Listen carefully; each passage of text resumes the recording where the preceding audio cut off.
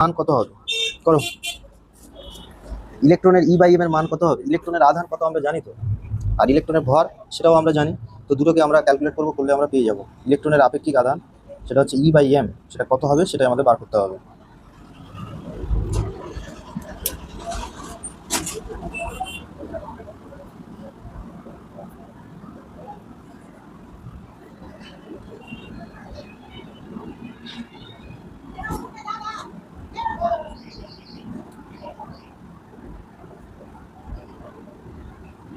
হয়েছে?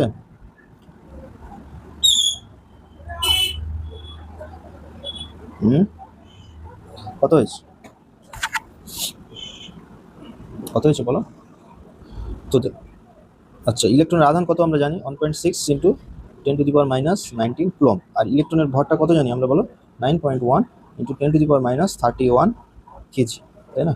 তাহলে E by এমটা কত হবে? ই বাই এম হবে 1.6/9.1 ইন্টু 10⁻19 বাই 10⁻31 এত কুলম্ব পার কেজি। আর এটাকে ভাগ করলে কত হবে? এটাকে যদি আমরা ভাগ করি তাহলে কত হবে? 1.6 ভাগ 9.1, তাহলে কত হবে? 0.175। 0.175 ইন্টু এটা কত হবে? 10⁻, কত হবে এটা?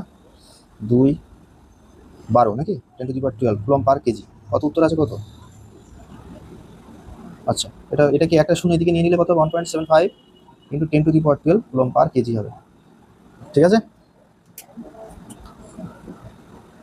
অনির্বাণ, ঠিক আছে তো?